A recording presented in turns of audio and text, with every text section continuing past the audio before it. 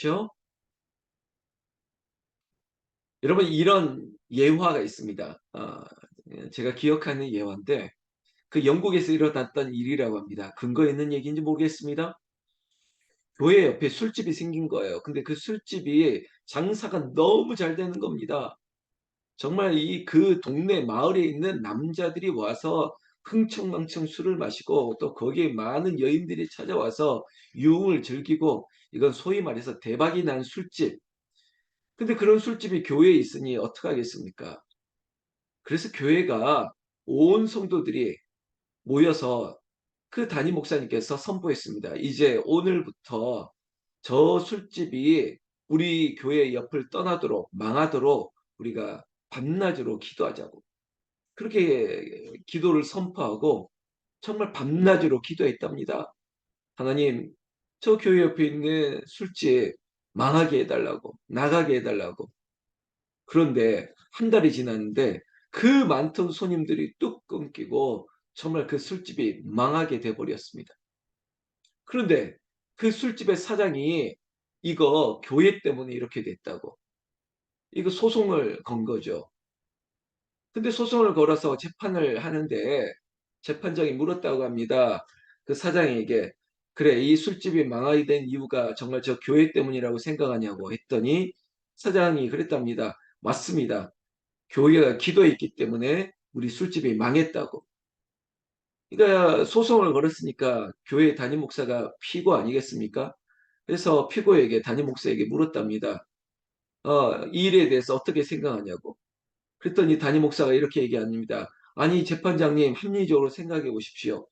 기도했다고 술집이 망한다는 게 말이 되겠냐고. 우리 책임 아니라고. 그래서 재판장이 싹 듣고 나서 결론을 이렇게 냈습니다. 그러니까 근거 없다고. 이 소송에 대해서 이 소송에 대해서 교회가 교회가 피고가 될 이유가 없고, 그리고 혐의 없다고. 그래서 이 재판이 종결이 됐습니다. 그런데 말미에 재판장이 이렇게 얘기를 했다고 하죠. 재판이 이렇게 끝났지만 제가 보니, 믿음 있는 저도 교회를 다니는데, 믿음은 저 술집 사장의 믿음이 있고 이 교회의 목사님은 믿음이 없다고, 이렇게 결론을 냈다고 합니다. 여러분, 그냥 예화입니다. 잘 모르겠습니다. 진짜로 있었던 일인지. 그렇지만 제가 지난번에 전주에 있던 벽화 어떤 담장 사진 한번 찍어 보내드렸지 않습니까? 자네가 이러는 이유가 뭔가? 믿음 때문입니다. 믿음으로 그 상황은 모르겠습니다. 우리가 버티고 이기고 견디고 승리하기까지. 근데 예화에서 얘기했지만 정말 이런 일이 일어난 이유가 뭘까? 기도 때문입니다. 라고 믿어야 될 텐데, 아유, 기도한다고 그런 일이 일어납니까? 라고 하는 그런 무책임. 글쎄요, 이게 어떤 게 올바른 것일까요? 그러나 우리는 알죠. 믿음이 이기고 기도하면 된다. 이것이 단순한 신앙이고 믿음이고, 그리고 하나님은 우리의 기도에 응답하실 뿐만 아니라 우리가 기도하는 것보다 더 놀라운 일로 역사하신다는 하나님의 열심도 믿습니다. 하나님 늘 준비하셨어요. 하나님께서는 생명의 길을 준비하셨고 또한 우리에게 사망의 길도 있다는 것을 알려주고 있습니다. 여러분, 하나뿐이면 되겠는데 두 가지 길을 다 만드는 게 더 어렵지 않습니까? 생명의 길과 사망의 길이 있다고요. 근데 하나님께서는 우리에게 생명의 길을 준비시키셨습니다. 그 길로 가라고 말합니다. 그 길이 이 길이다라고 말했습니다. 우리가 알고 있는 믿음 중에, 우리가 암송도 하고 있는 구절 중에, 하나님은 우리에게 the way, 유일한 길이 되십니다. 주가 길이 되시기 때문에 그 길을 가는 자에게 생명의 길이 열린다는 것이죠. 그것을 우리가 믿고, 우리의 신앙입니다. 그것이 고백이죠. 이런 우리의 고백 하에서 오늘 예레미야 21장을 좀 보시면 은혜가 될 것입니다. 21장의 얘기는 그 이스라엘의 역사와도 굉장히 많은 결부함이 있습니다. 왜냐하면 21장 1절에 예레미야가 누구에게 하나님의 말씀을 전하냐? 바로 시드기야, 유다의 마지막 왕입니다. 그러니까 바벨론에게 침략을 당하고 그들이 예루살렘을 빼앗겼을 때 결국은 이제 유다의 역사가 종결되는 거 아니겠습니까? 그러니까 마지막 왕이 시드기야인데 그 시드기야 왕에게 말을 했죠.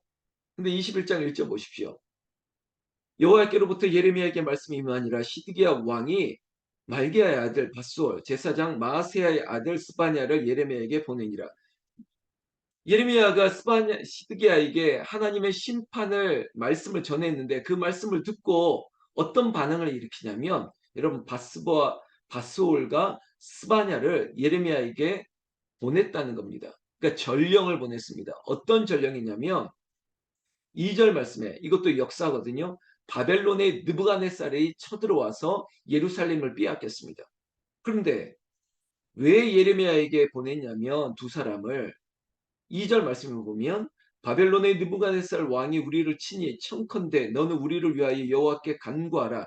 여호와께서 혹시 그의 모든 기적으로 우리를 도와 행하시면 그가 우리를 떠나리라 하니 여러분 바벨론 느부갓네살이 우리 이 예루살렘 유다를 침공하나 그러나 혹시라도 네가 기도하면 하나님이 우리를 건져 주실 수 있을 것 같은 기적을 행하실 수 있으니까 우리를 도우라라는 그런 전가를 이 밧수올 스바냐를 통해서 보냈다는 것입니다.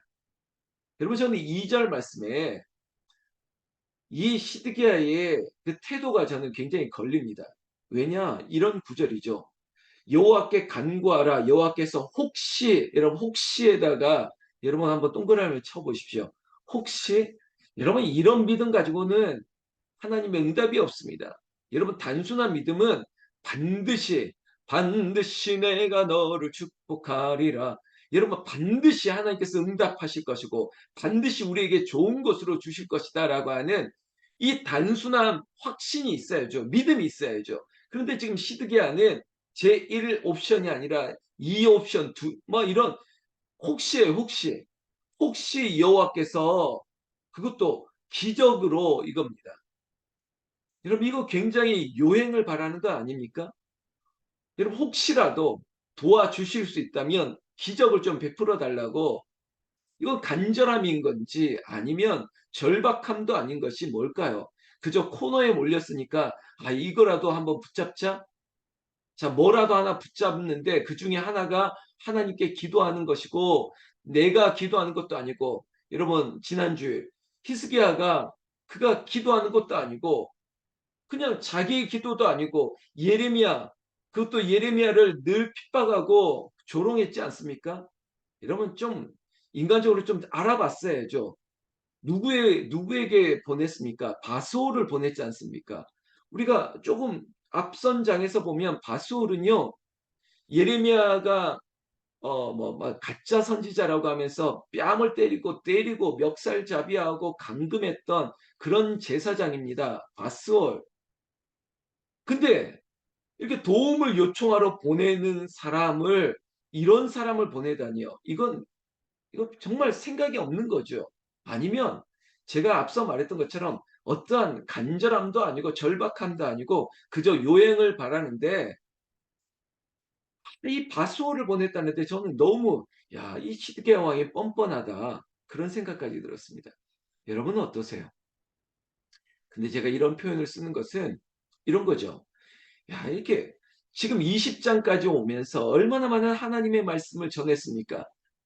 자, 임박한 진노, 그리고 예루살렘의 멸망, 이것을 피할 길은 하나님께로 가고 하나님께 그 회개의 기도로 통해서 하나님께서 역사하심을 바라야 되는 간절한 그 기도를 요청했습니다. 그런데 다들 싫다고 했죠. 오히려 우상을 섬기고 하나님 앞에 불순종하고 죄악 가운데 있었던 저 백성들 이제서야 바벨론의 느부갓네살이 쳐들어오니까 이제서야 하나님을 찾습니다. 근데 그것도 간절하게 찾는 것도 아니에요. 제가 표현했던 것처럼 절박함도 없어요. 그러니까 시드기야가 왕이 먼저 무릎을 꿇어야죠. 그리고 온 백성에게 금식을 선포하고 또 시드기야가 왕이라면 그래 당시에 활동했던 예레미야 그 예레미야에게 마치 히스기야가 이사야에게 기도를 요청했던 것처럼 그렇게 해야 맞는 거죠. 해도 너무하지 않습니까? 뻔뻔하지 않습니까?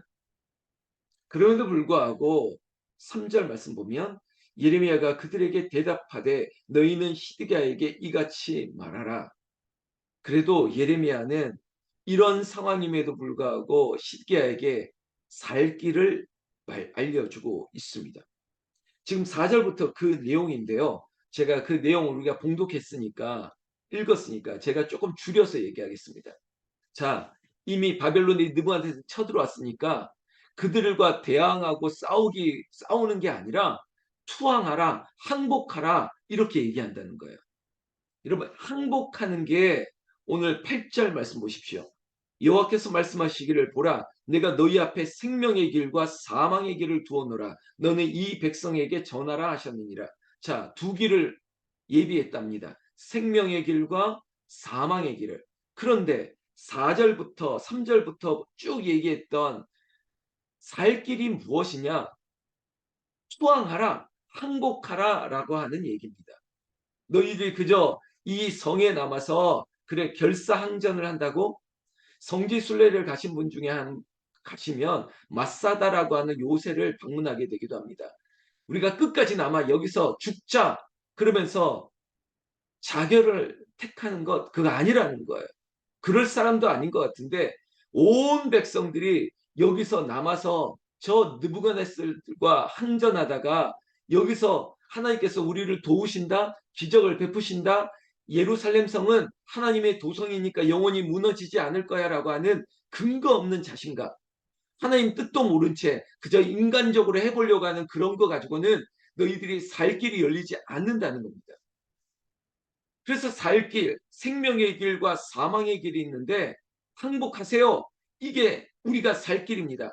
항복을 받아들이고 우리가 포로 생활을 통해서 하나님께서 우리를 다시 빚으시고 우리는 이 아픔을 통해서 하나님께 회개함으로 새로워져야 되는 것이 우리가 살 길입니다라고 얘기하고 있는 것이에요. 여러분, 하나님의 말씀을 들으면 우리가 오늘 2장의 찬양을 했습니다. 인내하신 구세주여. 그리고 뭡니까? 천부여 의지 없어서 손들고 옵니다. 우리에게 고통이 있습니다. 우리에게 고난이 있습니다. 우리에게 이런 어려움의 과정이 있다면 여러분 이것을 버티고 야 우리가 그냥 인간적으로 한번 해봅시다. 이게 아니라 이건 우리의 죄악 때문입니다. 우리에게 이 아픔이 이 포로기가 있다면 하나님 우리를 용서해달라고 손들고 회개하고 항복하는 게 우선인데 이게 하나님의 뜻인데 되게 하나님 뜻을 모르니까 인간적인 혈기와 그리고 자존심 때문에 아닙니다. 우리는 버틸렵니다. 우리는 이 성에서 죽을랍니다. 이렇게 해서는 안 된다는 것이에요. 이것이 우리에게 교훈이에요. 우리의 교훈이 뭡니까? 영적인 교훈. 단순한 믿음이 뭐예요? 하나님의 열심을 믿어야죠. 하나님은 시드기야에게 이렇게 말하는 것입니다.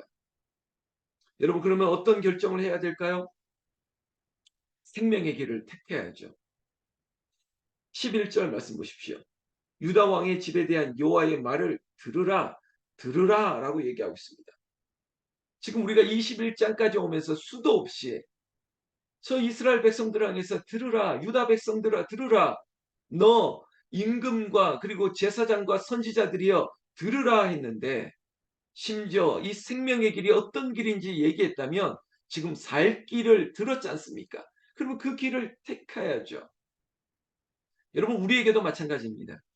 듣기 좋은 말을 우리가 선별할 수 있다? 여러분 그거 교만입니다. 야 이건 나한테 주신 말씀, 이건 나한테 해당되지 않는 말씀, 이거는 참된 말씀, 이거는 헛된 말씀. 여러분 하나님의 말씀 앞에 온전히 순종하는 자세는 하나님 이 모든 것이 나에게 주신 말씀입니다. 그리고 정말 꿀과 같이 달고 하나님의 말씀이 나에게 양약이 되고 이것이 나에게 생명이 됩니다. 그래서 성경의 또 다른 이름이 여러분 라이프 북입니다. 생명의 책이에요. 하나님의 말씀을 아멘하고 받아들이는 거죠. 하나님께서는 이와 같이 말씀하십니다. 12절 여호와께서 이와 같이 말씀하시니라 다윗의 집이여 너는 아침마다 정의롭게 판결하여 탈취당한 자를 압박자의 손에서 건지라 그리하지 아니하면 너희의 악행 때문에 내 분노가 불같이 일어나서 사르르니 능히 끌 자가 없으리라. 여러분, 정의롭게 판결하여, 그러니까 하나님의 말씀의 공의와 하나님의 정의가 담겨 있으니 지금은 예레미야의 말을 들으라는 것입니다. 하나님의 진노, 너희들이 그냥 2절 말씀에 혹시 우리를 건져주시는 기적이 일어날 수 없다라고 하는 요행이 아니라 하나님의 심판이 이미 우리에게 임했다. 그걸 받아들여라. 우리에게 광야 40년 지울 수 없다. 그 길을 가라. 그러나 광야에서, 그 광야에서 하나님을 볼 것이다. 광야가 레슨, 배움이 되고 그것을 트레이닝, 훈련이 되는 학교가 될 것이다. 그걸 받아들이라고 하는데 여러분 13절에 여호와의 말씀이니라. 골짜기와 평원 바위의 주민아 보라. 너희가 말하기를 누가 내려와서 우리를 치리요 누가 우리의 거처에 들어오리요 하거니와 나는 내 대적이라. 여러분 인간적인 요행 그리고 근거 없는 믿음, 에이 무슨 우리를 치러 오는 사람이 있겠어. 이 예루살렘에 뭐가 무너지겠어. 여러분 교회가 무너지지 않겠다. 이것도 요행이에요. 여러분 교회가 문을 닫을 수 있습니다. 교회 성전에 촛대가 옮겨질 수 있습니다. 하나님의 뜻은 우리의 생각과 다른 것이에요. 우리의 믿음도 없이, 우리의 열심도 없이, 우리의 온전함 없이 그저 교회는 무너지지 않는다? 아, 그럴 필요 없습니다. 이 건물은 교회는 건물일 뿐이에요. 또 다른 건물에 다른 사람이 모이면 이게 또 교회가 되는 것이에요. 여러분 이것을 냉정하게 받아들이는 것이죠. 14절에 내가 너희 행위대로 너희를 벌할 것이요 내가 또 숲풀에 불을 놓아 그 모든 주의를 사르리라 여호와의 말씀이니라. 그러니까 자꾸 근거 없이 아유 그럴 리가 없어 그럴 리가 없어 혹시라도 기적이 나타날 수 있으니까 우리가 버텨야지. 자꾸 이런 이 교만이 이 불순종이 사망의 길로 우리를 이끌어가고 있다는 것입니다. 그러니까 하루라도 더 빨리 아니 한시라도 더 빨리 천부의 의지 없어서 손들고 옵니다. 항복이에요. 정말 역사적으로 본다면 바벨론의 느부갓네살에게 항복하는 게 한 영혼이라도 더 살 길이라는 것입니다. 여러분 이것을 인간적으로 받아들이기 어렵습니까? 아예 항복을 어떻게? 아니요. 하나님이 이 모든 것들을 이심자까지 오면서 여기까지 오면서 하나님이 수도 없이 얘기한 것 아니겠습니까?